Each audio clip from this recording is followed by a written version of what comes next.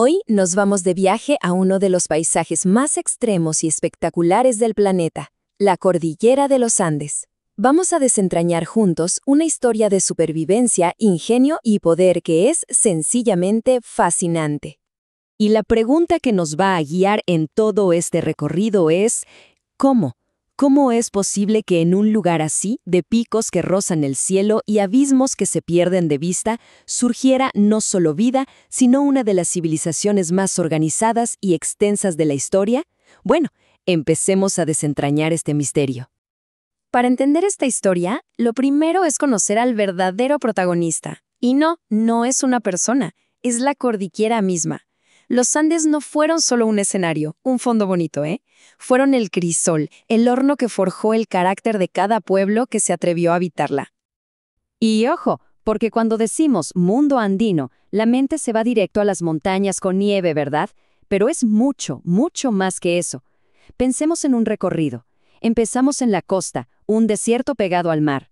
Subimos a valles súper fértiles, más arriba mesetas altísimas, y si seguimos bajando por el otro lado, nos topamos con el inicio de la selva amazónica, o sea, un mosaico increíble de mundos, cada uno con sus propias reglas, sus desafíos y, por supuesto, sus oportunidades únicas.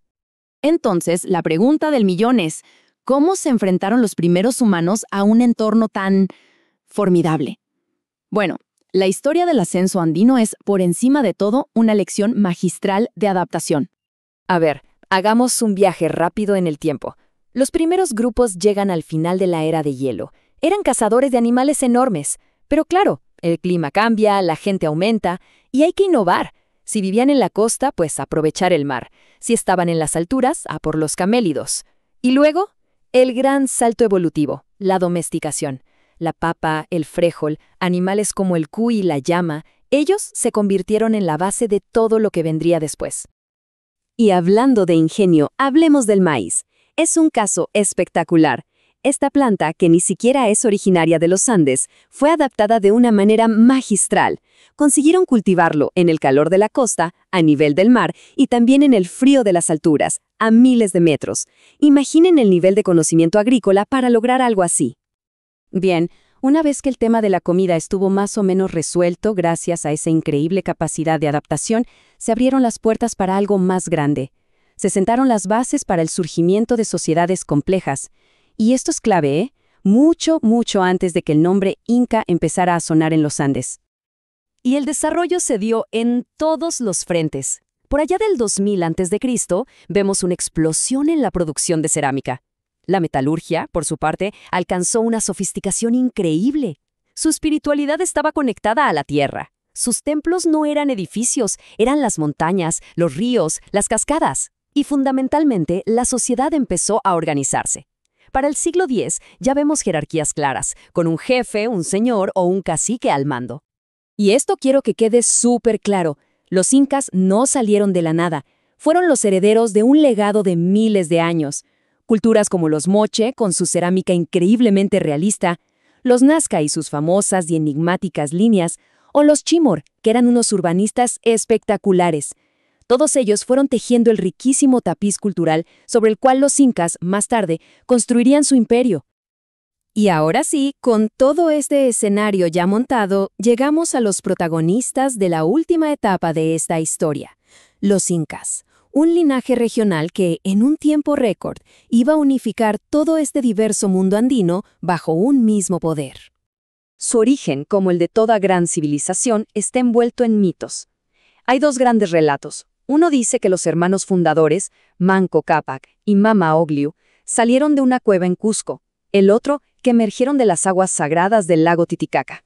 Ya sea saliendo de la tierra o del agua, el mensaje era el mismo y era clarísimo. Tenían un origen divino y un destino manifiesto de gobernar. Pero bueno, del mito pasamos a la historia de carne y hueso con un nombre que lo cambió todo, Pachacuti. A mediados del siglo XIV, su victoria militar contra sus grandes rivales, los chancas, no solo salvó a Cusco, su ciudad, sino que fue el verdadero punto de partida. Fue proclamado Sapa Inca, que significa el único señor, y con él empezó la expansión explosiva que crearía el imperio. Y lo que Pachacuti y sus sucesores construyeron fue Una verdadera proeza de ingeniería social y administrativa. Vamos a echarle un vistazo a la escala y a la estructura de esa mega construcción que fue el Tahuantinsuyo. Para que nos hagamos una idea de la magnitud, para 1532, en su punto más alto, el imperio abarcaba 2,5 millones de kilómetros cuadrados. Eso hoy en día cubriría pedazos de Colombia, Ecuador, Perú, Bolivia, Chile y Argentina. Una escala monumental, sobre todo si pensamos en el terreno que tenían que controlar. Y su organización era brillante. El propio nombre del imperio, Tahuantinsuyo, lo dice todo. Significa las 4 partes juntas. Con Cusco como el centro neurálgico, el ombligo del mundo, el imperio se dividía en 4 grandes regiones, o suyos, cada una orientada hacia un punto cardinal. Ahora, la gran pregunta, ¿cómo mantenían unido un territorio tan gigante y con gente tan diversa? Pues una de sus herramientas más inteligentes fueron los mitmacunas. Básicamente, movían a grupos de gente leal de un lugar a otro, a los territorios recién conquistados. Estos colonos actuaban como difusores de la cultura inca, enseñaban el idioma quechua, la religión del sol y las costumbres, asegurando así la lealtad y el control desde Cusco. Bien, pasemos ahora a ver el motor del imperio, cómo funcionaba la sociedad inca por dentro, porque su éxito no se basó solo en la conquista, sino en una organización social y laboral increíblemente eficiente que movilizaba a toda la población. Para expandirse, no siempre iban a la guerra. Primero, intentaban la diplomacia. Usaban matrimonios estratégicos para emparentar con las élites locales, o hacían pactos ofreciendo regalos y ayuda. La conquista militar era el último recurso, solo para los que se resistían a unirse al imperio. La sociedad era una pirámide perfecta, muy jerarquizada. En la punta, el Sapa Inca, considerado un dios en la tierra, hijo del sol. Justo debajo, su familia real, la Panata. Después venía la nobleza, los altos mandos militares, los sacerdotes. Y en la base, sosteniendo todo el sistema, la gran mayoría de la gente, los productores, los agricultores, la mano de obra. Y esta gente de la base pagaba su impuesto con trabajo. Era un sistema llamado mita. No era esclavitud, sino más bien un servicio obligatorio por turnos. Cada persona debía trabajar para el Estado un tiempo cada año. Y esa fue la fuerza laboral masiva que construyó los miles de kilómetros de caminos, los templos espectaculares y las terrazas de cultivo que alimentaron a millones. Y con esto llegamos a la reflexión final que es, quizá la más alucinante de todas. Construyeron un imperio colosal, administraron recursos de forma supereficiente, movilizaron ejércitos y poblaciones enteras. Y lo hicieron todo sin tener un sistema de escritura como el que conocemos. Esto nos deja con una pregunta fascinante. ¿Cómo es posible que una civilización tan compleja y poderosa floreciera basándose solo en la memoria, en la tradición oral y en herramientas de contabilidad como los quipus? Es sin duda un testimonio asombroso de la capacidad humana.